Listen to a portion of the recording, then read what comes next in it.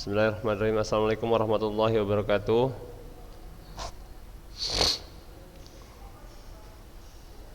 Alhamdulillahirabbil alamin wassalatu wassalamu ala Rasulillah wa ala alihi wa sahbihi ajmain.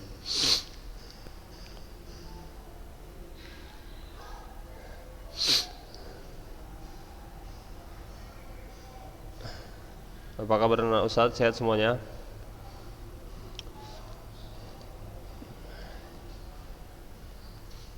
Sehat ya? Alhamdulillah. Ini pelajaran kita terakhir ya. Alhamdulillah sehat. Alhamdulillah.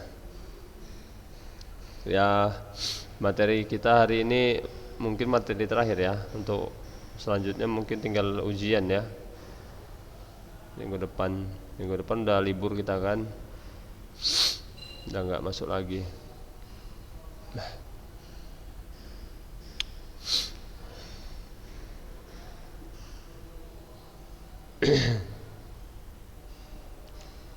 Kemarin kita udah masuk tentang narkoba ya, Farel ya. Wajahnya nampak kenapa nggak nampakkan wajahnya nih? Ustadz kayak gitu lah Rel. Salil Fajri, Amar, Noval, Niko, mana wajahnya?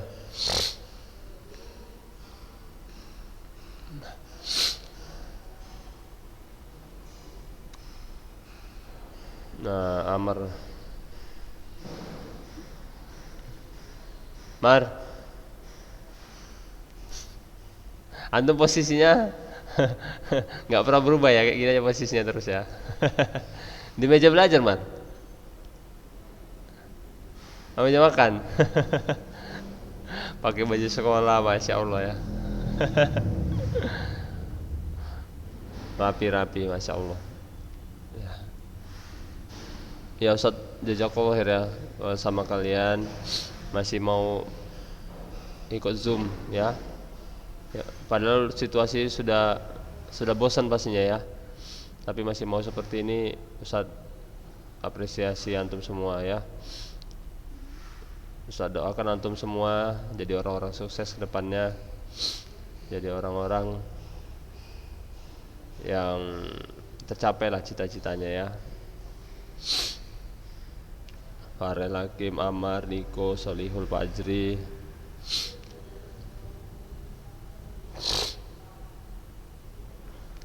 Oke, kita lanjut ya. Tentang narkoba ya. Narkoba itu kan terdiri dari narkoba, narkotika, dan psikotropika ya. Terdiri dari narkotika, psikotropika, dan zat adiktif.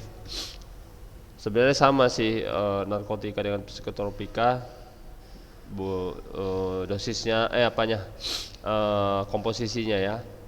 Kalau narkotika adalah zat atau obat yang berasal dari tanaman atau bukan tanaman, baik sintetis maupun semi sintetis, yang dapat menyebabkan penurunan atau perubahan kesadaran, hilangnya rasa, mengurangi sampai menghilangkan rasa nyeri dan menimbulkan ketergantungan. Psikotropika gitu juga. Hanya saja psikotropika dan narkotika bedanya, kalau narkotika membuat seseorang jadi loyo ya, jadi hilang kesadarannya ya, jadi tambah lemah ya, tidak ada tenaga. Tapi kalau psikotropika dia membuat mentalnya jadi kuat ya, tenaganya jadi kuat ya, kemudian otaknya lebih cerdas. Itu seperti sabu-sabu jenis psikotropika, bukan narkotika ya. Jenis psikotropika. Dia membuat tubuhnya makin kuat. Sama juga doping. Kalau mau olahraga itu merupakan jenis psikotropika. Kalau olahragawan yang curang biasanya pakai itu ya. Dia makin kuat. Contohnya saja kalau pebalap sepeda si Neil Armstrong ya, pernah dengar Neil Armstrong? Lance Armstrong. Salah satu ya. Itu kayak mana Rel? Terbukti nggak itu? Saat waktu itu nengok berita dia pakai katanya. Hah? Pakai ya? Iya, Ustaz nengok dia itu kan, Ustaz dulu kan suka nonton berita olahraga yang di Metro Sport ya. Metro Sport jam setengah 12 atau jam 12 malam, setengah 12 malam itu. Jadi asal balap sepeda yang juara asik dia aja. Apa? Lance Armstrong ya, Lance Armstrong.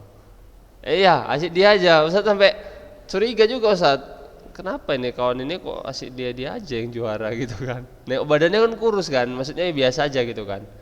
Tapi dia luar biasa, asal apa dia juara, juara di mana-mana juara. Rupanya terbukti gitu kan. Kalau nggak salah disuruh mengembalikan semua jaket kuningnya ya, baju kuningnya ya. Yellow jersey-nya suruh balikkan gitu kan. Nah, ya, seperti itu jenis psikopat. Ah? Gimana Farel? Oh iya, nggak boleh ikut lagi ya. Nah, seperti itu merupakan jenis psikotropika yang dipakai oleh dia. Nah, Ustadz baru baca juga kemarin ya. Ustadz baca seperti itu. Bedanya seperti itu. Dia makin kuat, makin bertenaga, makin pintar, seperti itu ya. Nah, kemudian kalau zat adiktif itu adalah zat yang membuat kita candu. Membuat candu ada zat adiktifnya. Contohnya aja rokok. Rokok ya termasuk juga dia ke narkoba sebenarnya. Cuma dosisnya dia nggak terlalu tinggi ya. Nggak terlalu tinggi, tapi tetap ada zat candunya ya. Zat adiktif itu adalah zat yang membuat seseorang itu jadi candu. Ya. Rokok dia termasuk, tapi sedikit ya, sedikit istilahnya candunya sedikit, nggak terlalu banyak seperti narkoba.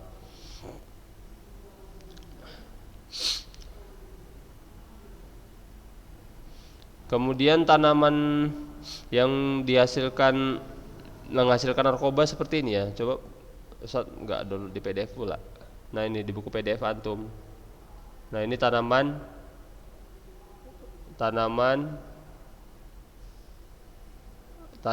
opium namanya, tanaman opium untuk narkoba ya. Diambil getahnya kemudian diolah menjadi narkoba ya, tanaman opium diambil getahnya.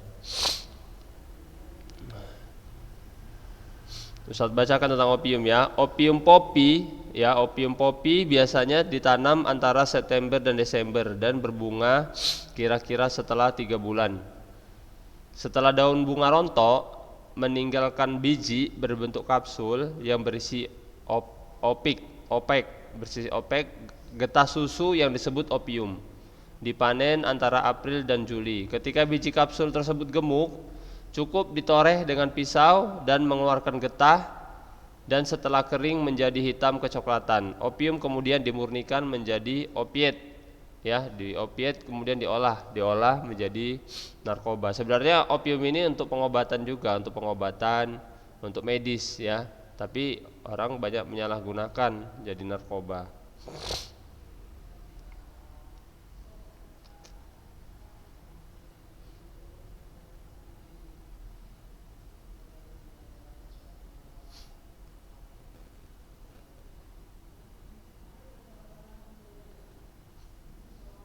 Lanjut ya, bahaya narkoba terhadap kejiwaan. Yang pertama adalah bersikap labil ya, tidak stabil, bersikap labil, kadang mau melakukan kekerasan, kadang melakukan kebaikan, mau juga gitu ya, labil dia sikapnya kalau orang pakai narkoba. Kemudian cepat memberontak, kemudian penuh rahasia ya, seperti kita ketahui orang kalau pakai narkoba pasti dia lebih tertutup orangnya, lebih tertutup, nggak mau basa-basi ya, lebih tertutup. Dia mau ngobrolnya hanya bersama-sama orang yang memakai narkoba ya, nggak mau orang narkoba itu ikut majelis taklim. Pernah nggak dengar orang narkoba masuk majelis taklim?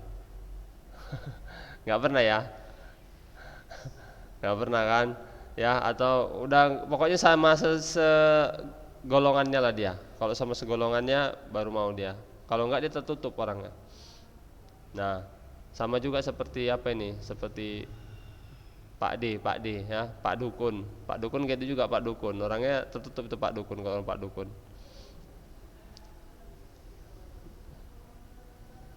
kalau orang-orang tertutup perlu dicurigai. Teroris seperti itu, diam-diam. Kemarin Ustaz Yopi cerita, antum tahu nggak yang jual susu kedelai di sekolah kita? Nah itu kan diam-diam aja itu kan. Pernah ngomong, antum lihat, antum dengar? Nah itu dikejar, diburu polisi itu. Iya, iyalah. Nah, terduga teroris. Itu kalau dia tertutup. Pokoknya orang ini kalau udah berperilaku yang menyimpang pasti dia tertutup orangnya. Nah seperti itu ya. Kemudian sering berbohong, suka mencuri. Nah udah pastilah orang kalau udah pakai narkoba pasti suka berbohong, suka mencuri ya. Sampai dulu Ustadz ngontrak rumah di sebelah Ustadz itu bapaknya ya lumayan lumayan orang berada lah ya. Tapi ya gitu, semua dicuri, dijuali dia. Komputer ayahnya dijual. Udah habis komputernya dijual, Tupperware mamanya dijual. Tupperware antum tahu kan? Tupperware pun dijual di dia, Tupperware. Ya, Tupperware dia dijual sampai dia nyuri di kontrakan Ustaz juga. Ustaz waktu pulang kampung, kontrakan Ustaz dicuri ya. Barang-barang punya yang ibu kos lah, punya ibu kontrakan dicuri dia. Yang dicuri ya ada uang, Tupperware juga dicuri dia. Ya. Kemudian bahaya narkoba terhadap kejiwaan selanjutnya yaitu menjadi sensitif, kasar dan tidak sopan ya. Kalau orang pakai narkoba pasti dia nggak bisa diajak bercanda ya, kasar, temperamen seperti itu orangnya ya. Kemudian memiliki kecurigaan yang sama terhadap semua orang. Nah dia karena dia pakai narkoba, orang yang pakai narkoba dia itu pasti anti dengan polisi kan, pasti anti dengan polisi, takut dia. Jadi dia kalau sama semua orang itu dia curiga dia itu serasa dimata-matai, serasa ingin diketahui, serasa ingin, dia takut terbongkar gitu kedoknya dia. Jadi dia kecurigaannya sama semua orang sama, kecuali sama kawan-kawannya dia aja. Kalau kawan-kawannya dia terbuka. Makanya orang sering caranya kayak mana biar nangkap para pecandu dan pengedar narkoba, yaitu dengan cara pura-pura berteman dulu baru beli. Nah itu tekniknya, pura-pura berteman dulu ya. Biasanya kan polisi itu nyamar-nyamar ke diskotik ya, nyamar-nyamar ke tempat yang apalah ya, kafe-kafe gitu kan. Pura-pura, "Bang, di sini di mana jual kayak gini, Bang? Saya mau beli lah ini gini," gitu kan. Dah jumpa-jumpakan baru. Itu enggak langsung percaya itu ngedar narkobanya. Tahu dia tuh ini polisinya nih gitu kan. Berkawan dulu polisi itu, berkawan. Tekniknya kan ada kan. Setelah berkawan, oh nggak polisinya nih sekawan ini banyak kan, baru dijual. Setelah dijual dikeluarkan barangnya, tep kena gerebek. Nah seperti itu tekniknya. Orang-orang pakai apa ini narkoba ini apalagi pakai sabu cerdas dia, nggak sembarangan mendekatinya, butuh teknik ya, cerdas dia, nggak butuh teknik. Apa butuh teknik tinggi ya, polisi yang tahu itu. Karena itu tadi dia memiliki kecurigaan yang sama terhadap semua orang, curiga dia ya. Artinya teliti. Kemudian menjadi malas dan berprestasi belajar menurun. Nah ini udah pastilah kalau orang udah pakai narkoba tidak mungkin dia mengejar prestasi sekolah lagi ya. Keluar biasanya kalau udah dia di sekolah SMA pasti keluar lah. Kalau ketika dia kuliah pasti dia lebih senang untuk pakai narkoba ya seperti ini daripada belajar ya.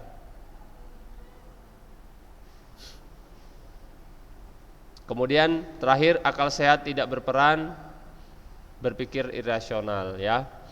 Akal sehatnya sudah enggak dipakai lagi. Kemarin Ustadz lihat di Instagram karena enggak dikasih uang mamanya untuk beli sabu ya. Enggak dikasih uang mamanya untuk beli sabu, marah dibakar tempat tidurnya. Daerah Jawa di Pulau Jawa sana. Dibakar tempat tidurnya dia kan. Udah dibakar, Pigilah dia terakhir bukan rumahnya dia aja kebakar, rumah tetangga pun kebakar. Rumah tetangga pun mau terbakar gara-gara dia itu tadi nggak sehat lah akalnya kan, nggak berpikir dia kan, terbakar rumah tetangganya ya mau dihakimi masa lah dia, mau dihakimi masa seperti itu ya. Ya tapi namanya seorang ibu ya, kalau anaknya digituin ya tetap aja Pasti yang orang pertama melindungi dia waktu mau dimasa, siapa yang lindungi? Ibunya ya. Ya Farel ya. Iya, kalau ibu seperti itu, kita mau bandar narkoba, kita nggak pernah sholat, kita pembunuh, sekalipun pembunuh masuk penjara tetap dijenguk kita sama ibu kita. Ya, kalau kawan-kawan nggak ada yang mau lagi tuh, ya kan? Ada mau, tapi kalau ibu mau kita sejahat apapun, ya tetap nengok ya orang tua itu. Kecuali satu mungkin ya, kalau kita murtad mungkin ibu kita nggak mau lihat lagi kita, nggak mau lihat kita lagi. Tapi kalau kita sejahat apapun ya, kalau namanya ibu ya, ayah ibu lah ya, tapi terkhusus ibu pasti masih maafkan kita ya.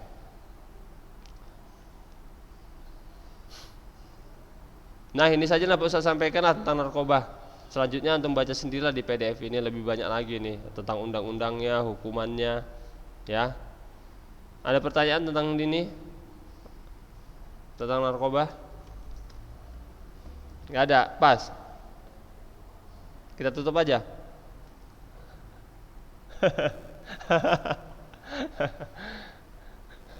Nopal ada pertanyaan Nopal? Atau Ustadz mau tanya dulu, ada nggak setahu kalian di sini ada kasus di lingkungan kalian tentang narkoba yang mungkin dia ditangkap polisi? Ada Nopal, Amar? Nggak ada ya? Hah? Rasid ada? Di mana Rasid ketangkap dia? Di mana dia? Di Kota Cani? Antum lihat langsung gitu, kalau lihat langsung. Nggak lihat langsung ya. Kalau Ustaz pernah lihat langsung dia dia wah sampai dipukuli sama polisi itu, mukanya bengkak-bengkak semua ini. Diajar sama polisi itu. Nggak mau dia nunjukkan di mana barang buktinya ya. Dia bandar tapi nggak mau nunjukkan, terakhir dipukuli lalu dipukuli bengkak-bengkak mukanya sampean. Di daerah di kampung Ustad ya. Yang penting jangan apa ya, jangan coba-coba lah sama narkoba. Ya Ustaz yakin lah antum semua ini pasti nggak apa, nggak mau lah ya sama narkoba ya, nggak mau dekat-dekat ya. Pintu awalnya masuk narkoba adalah apa? Pintu awalnya apa masuk narkoba kira-kira? Teman baru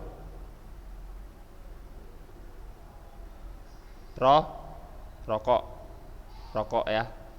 Pintu masuknya rokok ya. 99% orang yang pakai sabu, ganja bermulanya dari rokok ya. Kalau nggak rokok insya Allah nggak mau yang kayak gituan ya. Pertama rokoknya itu, rokok nggak mempan lagi ngilangin stres ya, larilah ke ganja, lari ke sabu ya, gitu ya. Kalau antum nggak ngerokok insya Allah jauh dari narkoba itu ya. Kemudian nasihat Ustadz ya sama antum semua, tetap sabar dan tabah lah menjalani ujian yang antum hadapi sekarang, menjalani masalah yang antum hadapi sekarang ya. Semua itu orang pakai narkoba awalnya gara-gara tidak bisa menyelesaikan masalah ya, tidak sanggup menghadapi masalah hidupnya, pakai narkoba dia itunya ya. Dia nyari happy, nyari kesenangan. Selama ini mungkin dia stres, banyak tekanan, banyak masalah, ya pakai narkoba jadinya. Yang penting kalau ada masalah bawa happy aja, bawa happy, lihat selalu yang ada di bawah kita ya. Yang di bawah kita, jadi kita nggak stres. Jangan kita lihat ada di atas kita, oh enak kali tuh, orang tuanya baik kali, minta ini dibelikan, minta ini dibelikan. Oh enak kali tuh anaknya, uang jajannya banyak sekali, oh enak kali. Jangan kayak gitu ya, kita nengok di bawah kita, nengok di bawah kita seperti itu. Pastinya semua orang ada masalah ya, termasuk antum sekarang ini punya masalah dalam belajar ya kan. Setahun daring, masalah ini kan, sebuah masalah ya, kita hadapi lah, hadapi. Karena antum kan membutuhkan ilmu ya, membutuhkan juga ijazah. Kalau antum mau masuk ke perguruan tinggi butuh ijazah ya, syaratnya itu kan ya. Sabar-sabarlah, Semua kita punya masalah, termasuk Ustadz punya masalah juga ya. Nggak masalahnya nggak ini aja. Ustadz yakin juga antum ini masalahnya nggak hanya daring ini. Pasti dulu di luar di rumah ada masalah lain. Betul nggak ini? Ustadz bilang. Rasid, Rasid ada masalah nggak ada ya? Amar, ada masalah nggak? Nggak ada, masya Allah. Kalau nggak ada masalah antum luar biasa ya kalau nggak ada ujian ya. Nah, ya harus semangat lah. Kalau masalahnya cuma daring ini ya harus semangat lah ya kan. Masalahnya cuma daring ini nopal. Ya, kalian enak difasilitasi, udah ada handphone kok. Meskipun daring kan ada handphone. Kalau kita kalau corona ya bang ya, kalau corona adanya tahun 90 ke bawah ya nggak ada pembelajaran seperti ini ya, tutuplah sekolah, nggak ada belajar, antum pun tinggal kelas. Ya kan, bagaimana belajarnya, nggak bisa berjumpa langsung ya kan, ya nggak sekolah lah, terakhir antum iya libur 1 tahun ya antum tinggal kelas 1 tahun nggak belajar ya kan, masih bersyukur. Iya nggak, coba mau datangi ke rumah antum, kalau rumah antum di Belawan, masa Ustaz datang ke Belawan ngajari antum ke sana, terus pindah lagi ngajari yang di Namurambe, udah habis waktunya kan. Ya syukuri aja lah masih bisa ada handphone seperti ini. Kalau zaman Ustaz dulu tahun 90-an ke bawah nggak ada handphone, bahkan tahun 2010 belum ada handphone canggih kayak sekarang ini ya.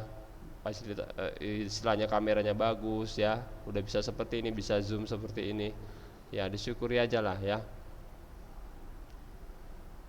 Karena setiap episode kehidupan ya, tiap tahun pasti muncul ujian-ujian yang nggak terduga ya, ya seperti itu.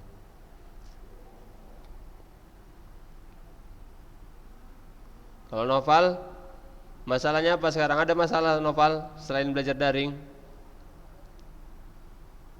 Gak ada, enak kali orang ini ya, gak ada masalah. Farel gak ada, Farel? Ada masalah hidup? Gak ada, masya Allah ya. Kalau gak ada, alhamdulillah. Kalau Ustadz ada banyak, banyak, lebih dari 10 mungkin ya, masalah kecil sampai masalah berat ada ya. Tapi ya itu ujian lah, ujian yang Allah buat untuk kita ya. Kadang-kadang kita Ustadz gitu kan, nih kenapa seperti ini gitu kan, seperti ini ya, itu udah kalau kita renungi udah takdir Allah Subhanahu wa taala. Mungkin masalahnya nggak mungkin Ustadz bilang kan, kalau Ustadz bilang masalah sama kalian ya sama aja buka aib keluarga Ustadz ya, membuat aib diri Ustadz gitu kan. Semua orang pasti punya masalah ya. Masuk antum, nanti antum bentar lagi nih kuliah, masalah baru timbul ya kan. Nanti selesai kuliah masalah baru timbul, apa? Nyari kerjaan. Udah kerja masalah apa lagi? Masalah kerjaan ya, antum bertanggung jawab punya kerjaan. Udah kerja, udah mapan, menikah, timbul masalah lagi ya kan. Masalah ngadepin istri ya kan, masa bimbing istri, seperti itu harus siap ya. Harus siap. Ini satu masalah, coba antum jawab ya. Kalau bisa antum jawab bagus. Ini contoh aja ya, contoh kalau masalah dalam rumah tangga. Istri sedang hamil, ya kan? Istri sedang hamil, kemudian dia lapar, nggak bisa apa-apa, ya kan? Istri kondisinya lemah, lagi hamil, lapar. Kemudian anak pertama lagi nangis, anak pertama lagi nangis minta digendong. Kemudian pada saat itu kita mau berangkat kerja, apa yang antum lakukan?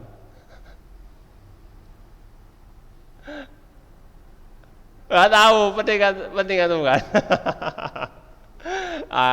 Iya, kalau berumah tangga gitu bang, itu masih masalah sepelik aja itu ya, sepelik.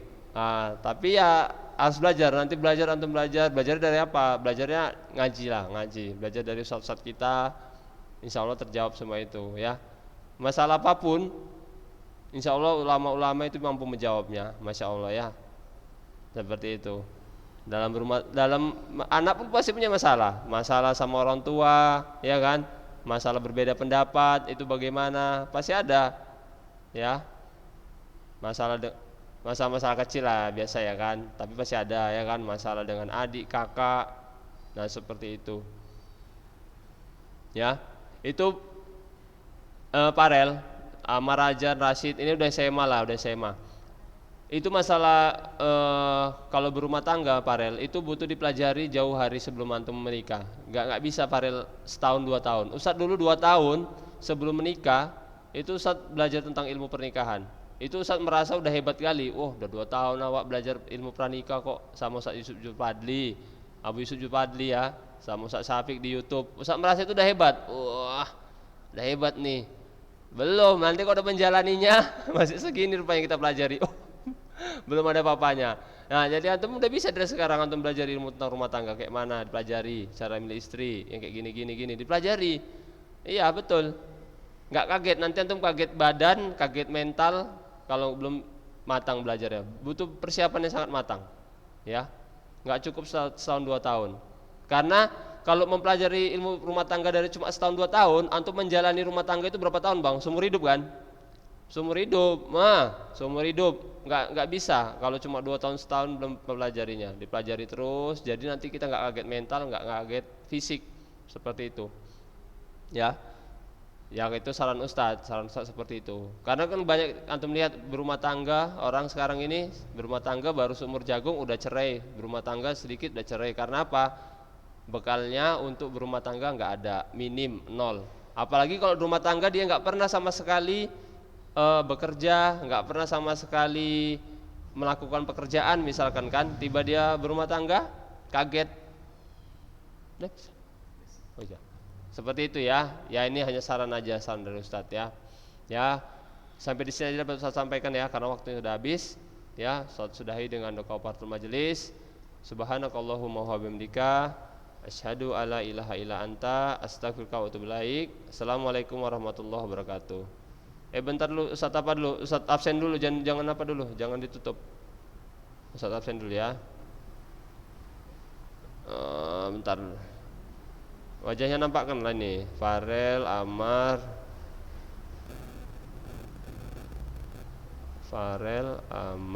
Naufal, Rashid, Niko.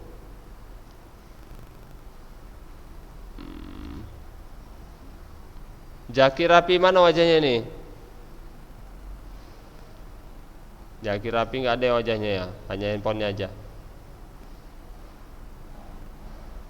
Oke, sampai di sini aja ya. Si Rapi baru muncul nih. Rapi.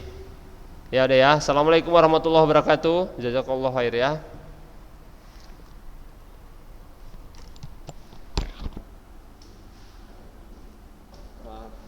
Rapi.